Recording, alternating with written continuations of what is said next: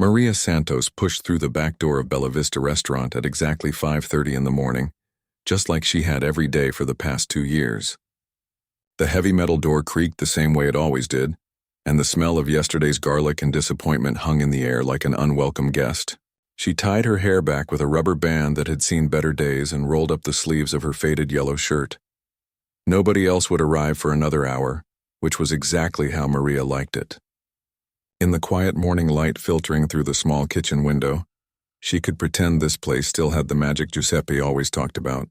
She could imagine the dining room filled with happy families sharing plates of steaming pasta, instead of the reality of empty tables and worried whispers about unpaid bills. Giuseppe Torino had bought this restaurant 12 years ago with dreams bigger than his wallet. Back then, Bella Vista was the kind of place where marriage proposals happened over candlelit tables, and where regulars knew they could always count on a warm meal and warmer conversation. Giuseppe would tell anyone who listened about how his great-grandmother's recipes were going to make this place famous. He had photos on his office wall showing the restaurant in its glory days, when there was a line out the door every Friday night. But that was before the new shopping center opened across town. Before 3 other Italian places moved into the neighborhood. Before the head chef, Tony Ricci, started showing up late and leaving early, more interested in the bottle than the basil. Giuseppe tried everything he could think of to bring customers back, but every month the situation got worse. The bills kept coming, but the money kept running out. Maria understood more than people realized. Her English wasn't perfect, sure, but her ears worked just fine. She heard Giuseppe on the phone with his landlord, promising that next month would be different. She saw him counting and recounting the cash in the register, his fingers moving like he was praying the numbers would somehow change. She watched him sit alone at table 12 after closing, staring at receipts and shaking his head. During her first week at Bella Vista, Maria had been invisible by necessity. She was just trying to figure out where everything belonged and how to stay out of everyone's way. But as months turned into years, being invisible became her choice. It was easier to blend into the background than to stumble through conversations in broken English. Easier to let her hands do the talking while she washed endless stacks of plates and scrubbed pots until they gleamed. What nobody knew was that Maria had grown up in her grandmother's kitchen back in Guadalajara. Abuela Carmen had taught her that cooking wasn't just about following recipes.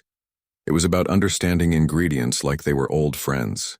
Maria could tell if onions were sweet or sharp just by their smell. She knew the exact moment when garlic went from golden to burned. She could feel when pasta was perfectly al dente just by watching how it moved in the boiling water.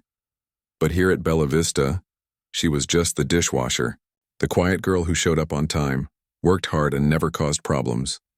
The other kitchen staff barely noticed when she organized the walk-in cooler, so everything was easier to find. They didn't see her fixing the broken prep sink with a coat hanger and some electrical tape she found in Giuseppe's office. They definitely didn't notice when she started coming in 30 minutes early to help prep vegetables. Not because anyone asked her to, but because she could see how overwhelmed everyone was. Every morning, Maria would arrive to find yesterday's chaos still scattered across the kitchen.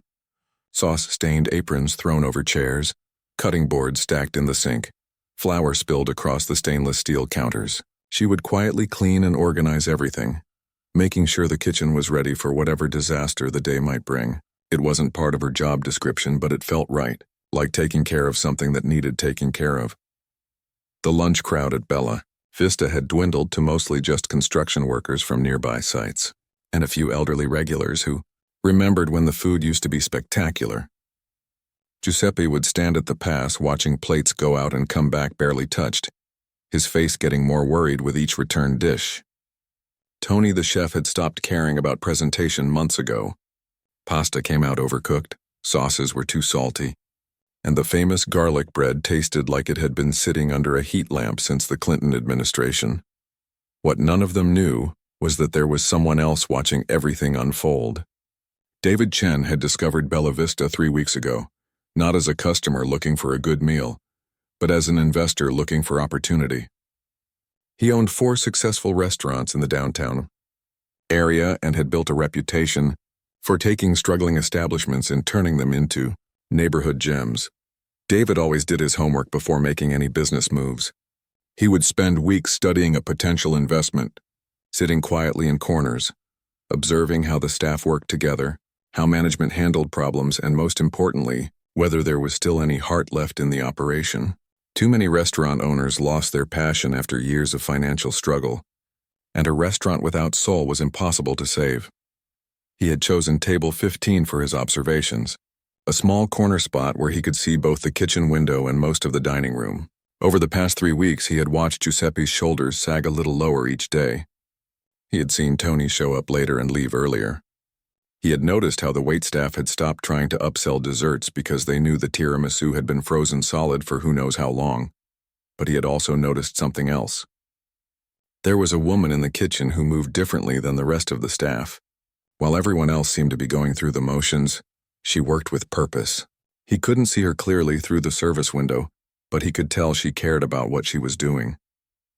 When she cleaned, everything actually got clean. When she organized, things stayed organized. When she moved around the kitchen, it was like she belonged there in a way that went deeper than just having a job. David made notes in a small leather notebook, documenting everything from food quality to customer service to the general atmosphere of the place. But more and more he found himself watching for glimpses of the woman in the kitchen.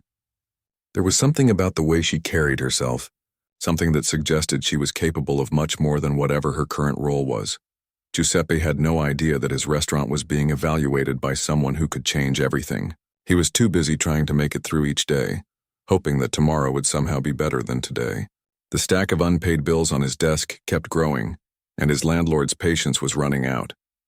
3 months behind on rent with no clear plan for catching up.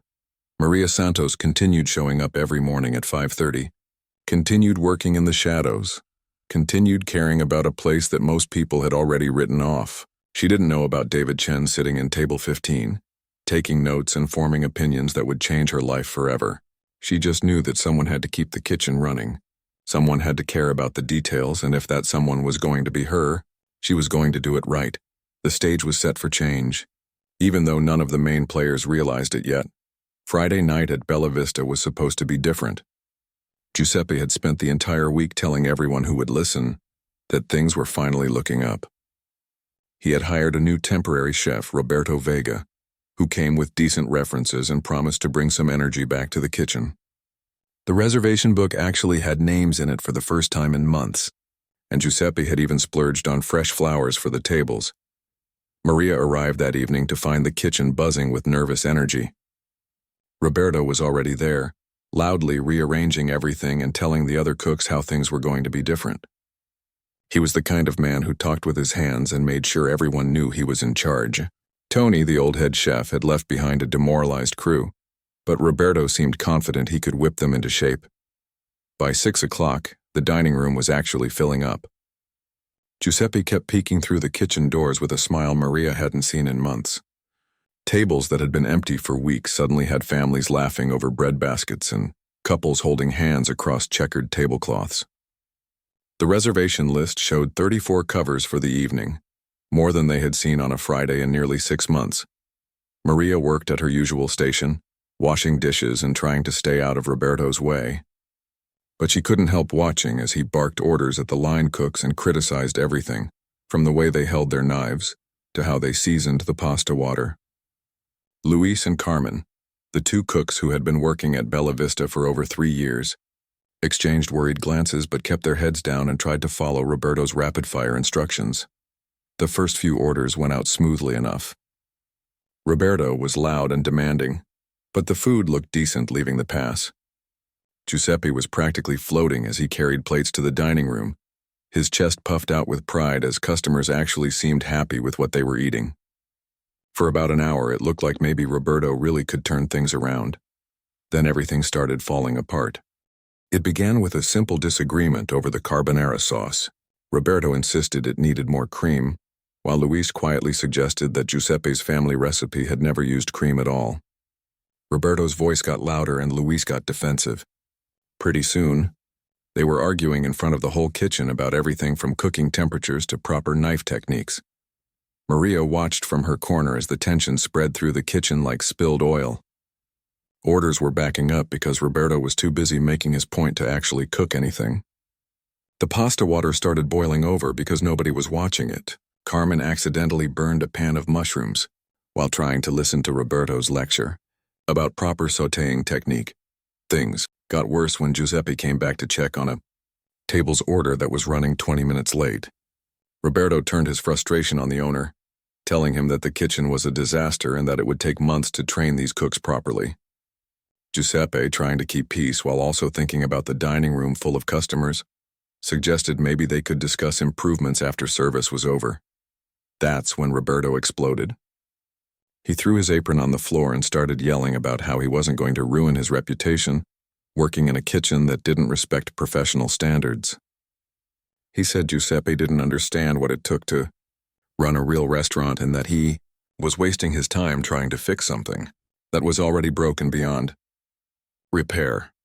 Giuseppe's face went white as Roberto stormed toward the back door. He tried to apologize, tried to convince him to stay just for the evening, but Roberto was already untying his chef's coat. Within 5 minutes of the argument starting, the temporary head chef was gone, leaving behind a kitchen full of half-finished orders and a dining room full of hungry customers. The silence that followed was deafening. Luis and Carmen stood frozen at their stations, not sure what to do next. Giuseppe looked around the kitchen like he was seeing it for the first time, his dream of a successful evening crumbling in real time. Orders were backing up on the ticket machine, and through the service window Maria could see customers starting to look impatient. Then the disasters really began. Without Roberto's loud voice directing traffic, nobody seemed to know what they were supposed to be doing.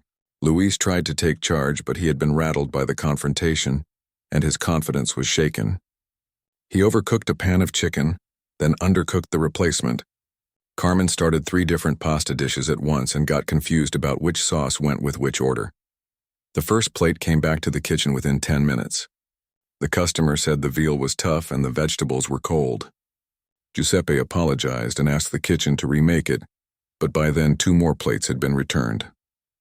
The carbonara was too salty, the lasagna was burned on top and cold in the middle, and the garlic bread tasted like cardboard. Maria watched Giuseppe's hand shake as he carried the returned plates back to the kitchen. His face had gone from excited to worried to completely panicked in the span of 30 minutes. She could see him calculating in his head how much money he was losing with every returned dish, every customer who might never come back. The kitchen was chaos now. Luis was cursing under his breath as he tried to salvage a pan of seafood pasta that had clearly been sitting too long. Carmen was close to tears as she realized she had put the wrong sauce on 3 different orders. The ticket machine kept printing new orders, but they were falling further and further behind. That's when Maria heard Giuseppe on the phone in his office, his voice strained and desperate as he tried to convince another chef to come in immediately. She could hear him offering double pay, promising anything, but it was Friday night and nobody was available on such short notice. When he hung up, she heard him put his head in his hands. Through the service window, Maria could see customers getting restless. Some were checking their watches and looking toward the kitchen with frustrated expressions. Others were waving at servers asking where their food was. At table 7, a family with 2 young children was starting to gather their coats, clearly planning to leave. Something inside Maria's chest started to burn. Not anger exactly, but something fierce and protective. This place had given her a job when she needed one. Giuseppe had been kind to her when others barely noticed she existed. She had watched him pour his heart into this restaurant for 2 years, and she couldn't stand seeing it fall apart because of one man's tantrum. She dried her hands on her apron and stepped away from the dish pit. Luis was frantically trying to cook 4 different things at once and failing at all of them. Carmen was staring at a ticket she couldn't read, tears starting to form in her eyes. The whole kitchen felt like it was spinning out of control. Maria took a deep breath and walked over to the main cooking station. Without saying anything, she gently touched Luis on the shoulder and pointed to the pasta that was about to boil over. Then she moved to the sauté pan where Carmen was burning mushrooms and turned down the heat. Her hands seemed to know exactly what to do. Even though her heart was pounding so hard, she was sure everyone could hear it. She had watched these dishes being prepared hundreds of times. She knew which seasonings Giuseppe liked, how he wanted the pasta cooked, the way his grandmother had taught him to layer the lasagna. For the first time in 2 years, Maria Santos stepped out of the shadows and began to cook. Maria's hands were shaking as she reached for the olive oil, but somehow they knew exactly how much to pour into the hot pan. The sizzle that followed was like music she had been hearing in her dreams for years. She had watched Tony and other cooks make this same dish hundreds of times, but now she was the one controlling the flame, the one deciding when the garlic was golden enough, when the herbs were perfectly wilted. Luis stopped what he was doing and stared at her. In 2 years of working together, he had maybe heard Maria say 20 words total. Now here she was, standing at his station, moving with a confidence he had never seen from her before. She didn't look at him for permission or approval. She just focused on the pan in front of her, her whole world narrowed down to that single dish. The first thing Maria tackled was the seafood pasta that Luis had been struggling with. The shrimp were overcooked and rubbery, but she quickly drained them and started fresh. Her grandmother had taught her that seafood was like a shy person. It needed gentle treatment and careful timing. Too much heat too fast would make it tough and flavorless. She heated a clean pan, added just enough oil, and tossed in fresh garlic that she minced so quickly her knife was almost a blur. When the garlic started to smell nutty and sweet, she added the shrimp back in with a splash of white wine and a pinch of red pepper flakes. The whole process took less than 3 minutes, but the difference was obvious immediately. The kitchen actually smelled good again. Carmen watched in amazement as Maria moved to the pasta station and tested a strand of linguine with her fingers, not even needing to taste it to know it was perfect. Maria drained it quickly, tossed it with the shrimp and a handful of fresh parsley, and plated it with the kind of care usually reserved for fine dining restaurants. The whole dish looked like something from a magazine, but Maria didn't stop to admire her work. There were 8 more tickets hanging on the rail, and customers had been waiting far too long already. She moved to the next order, chicken parmigiana that had been sitting under the heat lamps getting drier by the minute. Instead of trying to save it, she started completely over. Her hands moved like they belonged to someone else. She pounded the chicken breast until it was perfectly even, seasoned it with salt and pepper, then dredged it through flour, egg, and breadcrumbs with a rhythm that came from somewhere deep in her memory.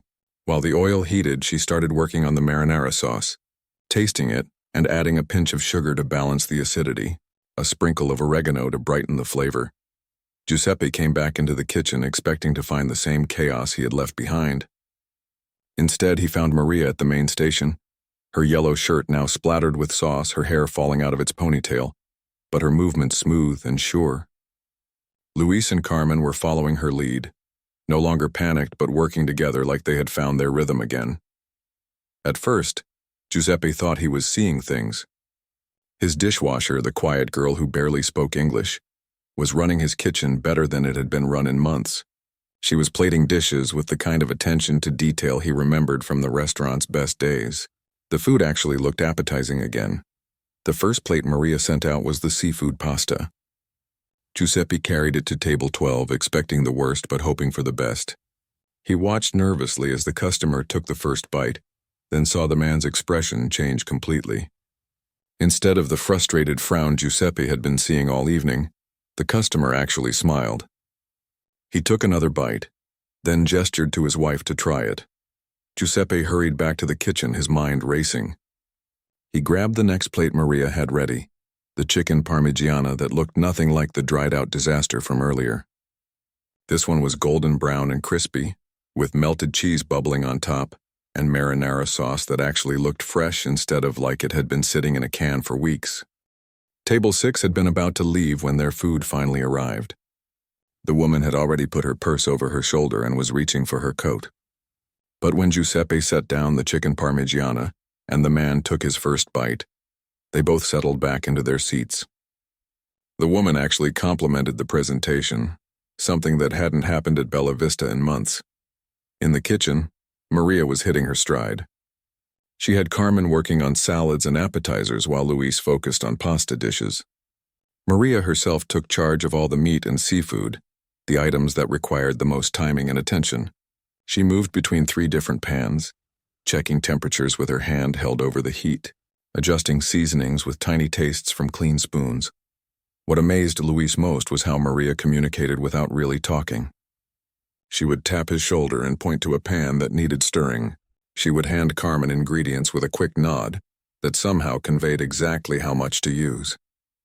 When she did speak, it was in soft, accented English mixed with a few Spanish words, but everyone understood her perfectly. The ticket rail that had been overflowing 20 minutes earlier was almost clear. Orders were going out hot and properly prepared, and for the first time all evening, nothing was coming back from the dining room. Giuseppe kept stealing glances into the kitchen, still hardly believing what he was seeing. David Chen noticed the change before he had even tasted his food. The energy in the dining room was completely different. Servers were moving with purpose instead of panic. Customers who had been checking their watches were now relaxed and talking over their meals. The woman at table 8 was even laughing at something her husband had said. When David's osso buco finally arrived, he could tell immediately that something had shifted in the kitchen. The meat fell off the bone when he touched it with his fork. The risotto was creamy and perfectly seasoned. Even the vegetables, which had been an afterthought at most restaurants, were cooked with care and attention. He found himself leaning forward, trying to get a better view of the kitchen through the service window. He could see movement back there, but it was organized movement now instead of the chaos from earlier. Someone had taken control, and whoever it was knew what they were doing. Maria was working on her 15th plate when she realized her back didn't hurt anymore. The nervousness that had made her hands shake at the beginning was gone, replaced by something that felt like coming home. This was what she had been meant to do. Not hiding in the dish pit, not cleaning up other people's mistakes, but creating something beautiful with her own hands. Giuseppe appeared at her elbow with a returned plate, and Maria's heart sank. But instead of another complaint, the customer had sent back an empty plate with compliments to the chef. The risotto had been perfect, the customer said. Better than anything he had eaten in months. For the first time since Roberto had stormed out, Giuseppe smiled a real smile. He looked at Maria, this quiet woman who had been working in his kitchen for 2 years without him really seeing her, and felt something like wonder. She had saved his evening, possibly saved his restaurant, and she had done it like it was the most natural thing in the world. The last order went out at 9:45, nearly 2 hours after the chaos had begun. The kitchen was quiet except for the sound of Maria cleaning her station, the same methodical way she cleaned everything else. But now Luis and Carmen were helping her, working together like a real team instead of just people who happened to share the same workspace. Maria hung up her apron and prepared to go back to her usual dish pit, but Giuseppe caught her arm gently. His eyes were bright with something between gratitude and amazement. "Tomorrow," he said in his careful English. "You cook again, yes?"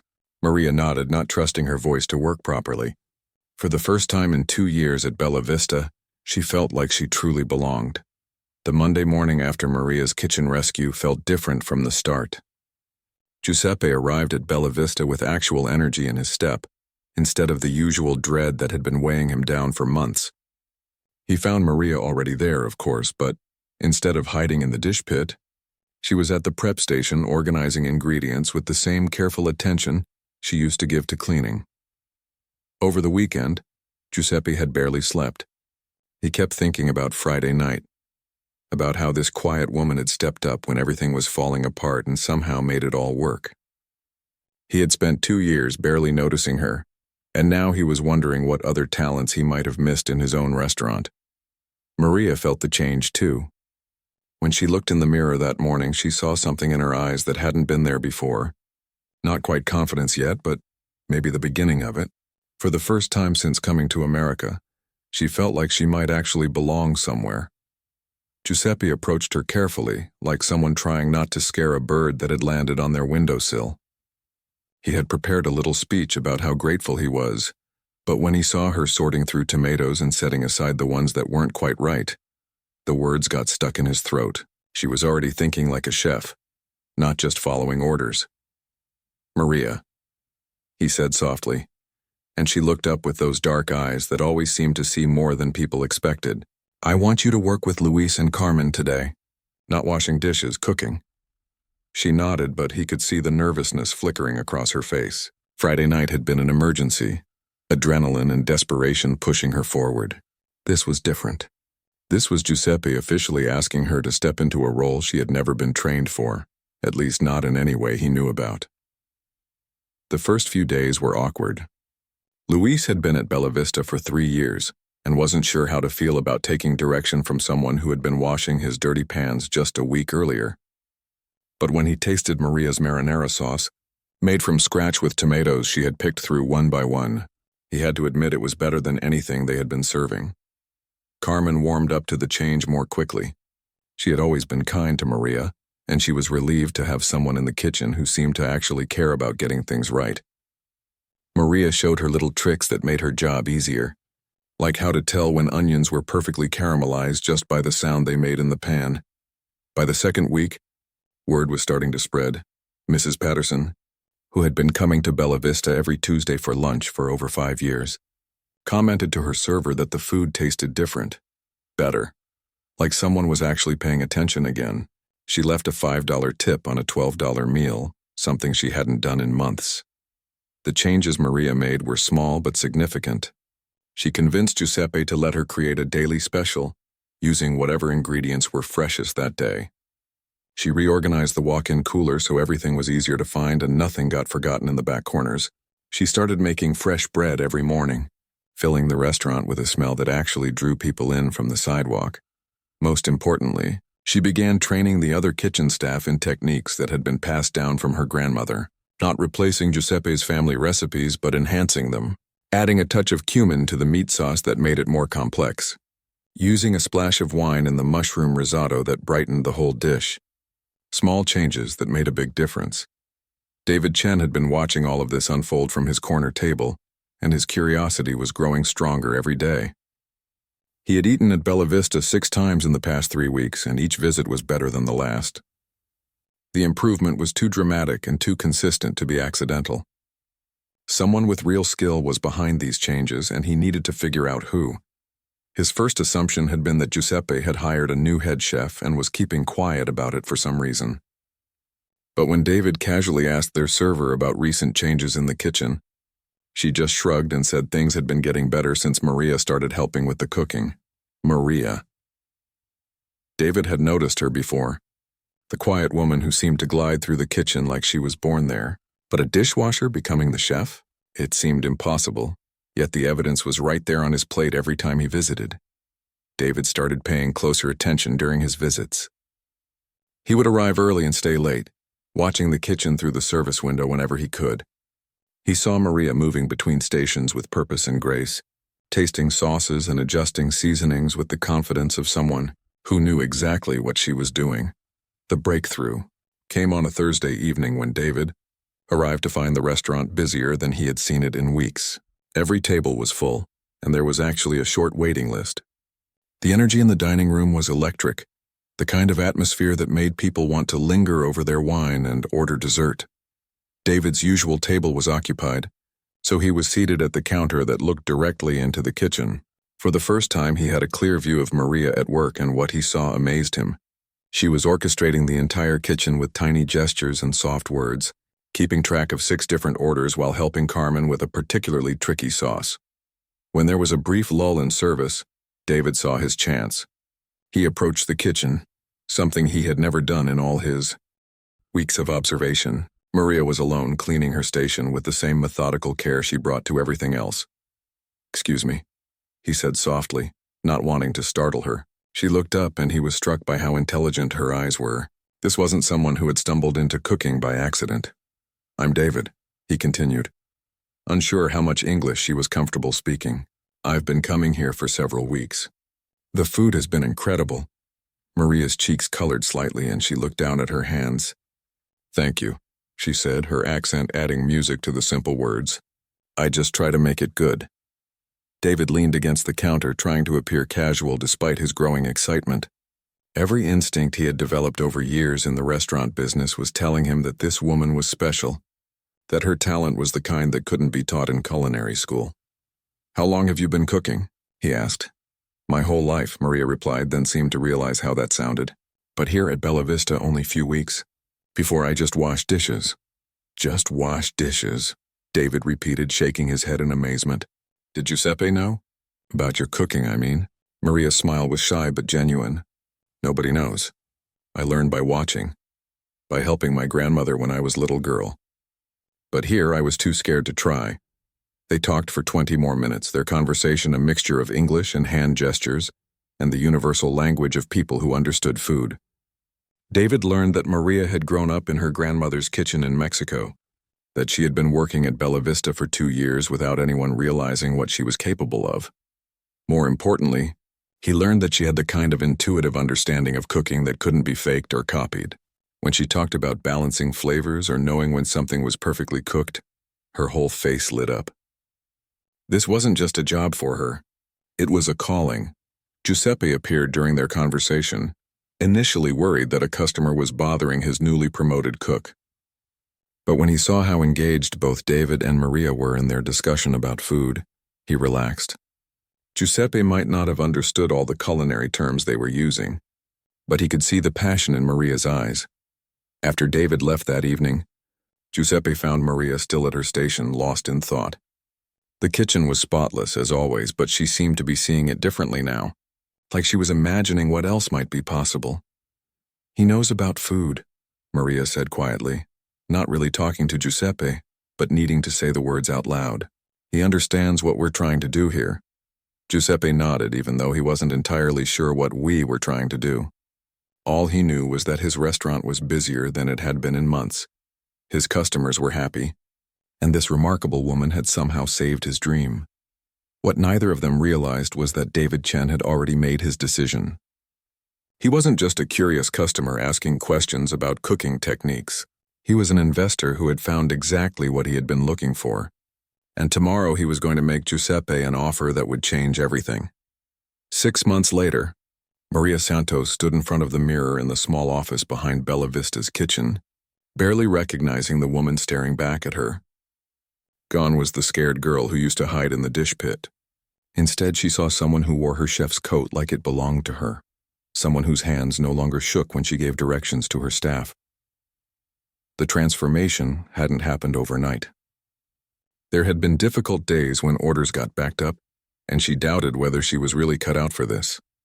There had been moments when she missed the simple safety of washing dishes, where the worst thing that could happen was a broken plate. But every morning when she walked into Bella Vista and saw Giuseppe smile, when she smelled the fresh herbs she had planted in the little garden behind the restaurant, she knew she was exactly where she belonged. The reservation book told the story better than any words could. 3 weeks out, completely full. People were calling from other neighborhoods, even other cities, after hearing about this little Italian place where something magical was happening in the kitchen. Food bloggers had started showing up, taking pictures of plates that looked like works of art, writing reviews that made Giuseppe cry happy tears. Maria's new menu was unlike anything Bella Vista had ever served before. She had kept Giuseppe's family recipes as the foundation, but added her own touches with ingredients and techniques that told the story of her grandmother's kitchen, alongside his great-grandmother's traditions. The result was food that surprised people, dishes that felt both familiar and completely new. Her signature creation was something she called abuela's ragu, a rich meat sauce that started with Giuseppe's traditional base but included a secret blend of spices her grandmother had taught her. The hint of cinnamon and cumin made people pause with their first bite, trying to figure out what made it taste so different, so much better than any marinara they had ever had. The pasta dishes had become legendary in their own right. Maria hand-rolled every piece of ravioli, filling them with combinations that shouldn't have worked but somehow did. Butternut squash with a touch of chipotle, ricotta and spinach elevated with a whisper of lime zest. Traditional techniques executed with ingredients that spoke of her heritage as well as Giuseppe's. But it wasn't just the food that had changed. The entire atmosphere of Bella Vista felt different now. The servers moved with confidence because they knew the kitchen would deliver exactly what they promised. Giuseppe walked through the dining room like a proud father, stopping at tables to chat with customers who had become regulars. Even Luis and Carmen carried themselves differently, knowing they were part of something special. David Chen had become a constant presence, though most customers didn't realize who he was. He had quietly partnered with Giuseppe, providing the financial backing needed to upgrade equipment and expand the staff. But he was careful to let Giuseppe remain the face of the restaurant. His role was more like a guardian angel, making sure Maria had everything she needed to let her talents shine. The relationship between Maria and David had developed slowly, built on shared conversations about food that gradually became conversations about everything else. He had helped her improve her English, bringing her books about cooking techniques and restaurant management. She had taught him about ingredients he had never heard of, showing him how a single spice could transform an entire dish. Their connection was deeper than just business or even friendship. David had grown up in restaurant kitchens too, and he understood the language Maria spoke when she talked about the perfect balance of acid and sweetness, about knowing when dough was ready just by the way it felt under her fingers. They shared the same passion for creating experiences that brought people together around a table. Giuseppe noticed the way David's face changed when Maria entered the room, the way she unconsciously saved the most interesting stories about her day for when he arrived for his usual evening visit. It reminded him of his own wife, how they had fallen in love over shared dreams and late-night conversations about building something beautiful together. The official rebirth celebration had been David's idea, but Maria had insisted on cooking every single dish herself. She spent days planning the menu, wanting to showcase not just how far Bella Vista had come, but how far she had traveled from that frightened girl washing dishes in the back. The night of the celebration, every table was filled with people who had been part of the journey. Mrs. Patterson was there, the regular customer who had been one of the first to notice the changes.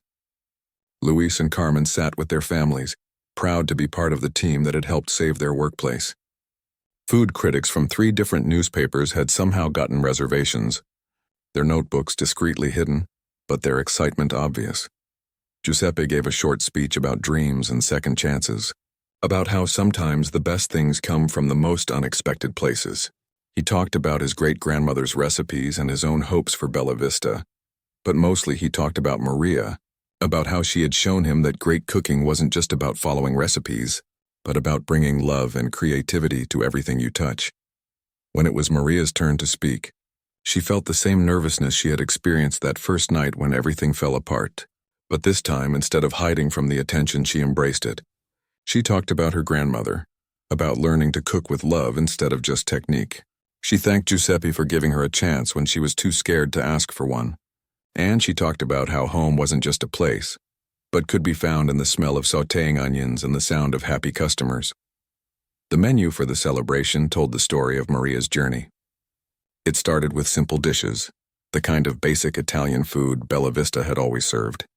But as the evening progressed, each course became more adventurous, showing how traditions could evolve without losing their soul. The final course was a dessert Maria had created herself, a tres leches cake made with Italian mascarpone and topped with cinnamon that had been infused with espresso. David watched from his usual corner table as Maria moved through the dining room, accepting compliments and taking pictures with customers who wanted to meet the chef they had been hearing so much about. 6 months ago, she would have hidden in the kitchen rather than face this kind of attention. Now she glowed under it, her confidence evident in every gesture. When the last customer had left and the staff had finished cleaning, Maria found herself alone in the dining room with David. The candles on the tables had burned low, casting dancing shadows on the walls covered with photos from Bella Vista's history. Giuseppe had added new pictures recently, showing the packed dining room and articles from food magazines that had featured the restaurant. "I never thanked you properly," Maria said, settling into the chair across from him. "Not just for the money, but for believing I could do this before I believed it myself." David reached across the table and took her hand, something that had become natural between them over the months of long conversations and shared dreams. "You did all the work," he said. "I just made sure you had the right tools." Maria smiled, thinking about how much her life had changed since that chaotic Friday night when Roberto had stormed out of the kitchen. She had gone from invisible to indispensable, from scared to confident, from hiding her talents to sharing them with the world. But more than that, she had found her voice, both as a chef and as a woman who deserved to be heard. As they sat in the quiet restaurant, surrounded by the lingering smells of the evening's feast and the comfortable silence of 2 people who understood each other completely, Maria realized that she had found something even more valuable than success. She had found herself, and in doing so, had created a place where others could find the same kind of magic she had discovered in her grandmother's kitchen all those years ago. The shy kitchen helper who had once been afraid to speak up had become the heart of Bella Vista. And in saving the restaurant, she had saved herself. Sometimes the most beautiful transformations happen not all at once, but one quiet, determined step at a time, until suddenly you look around and realize that everything has changed, including you.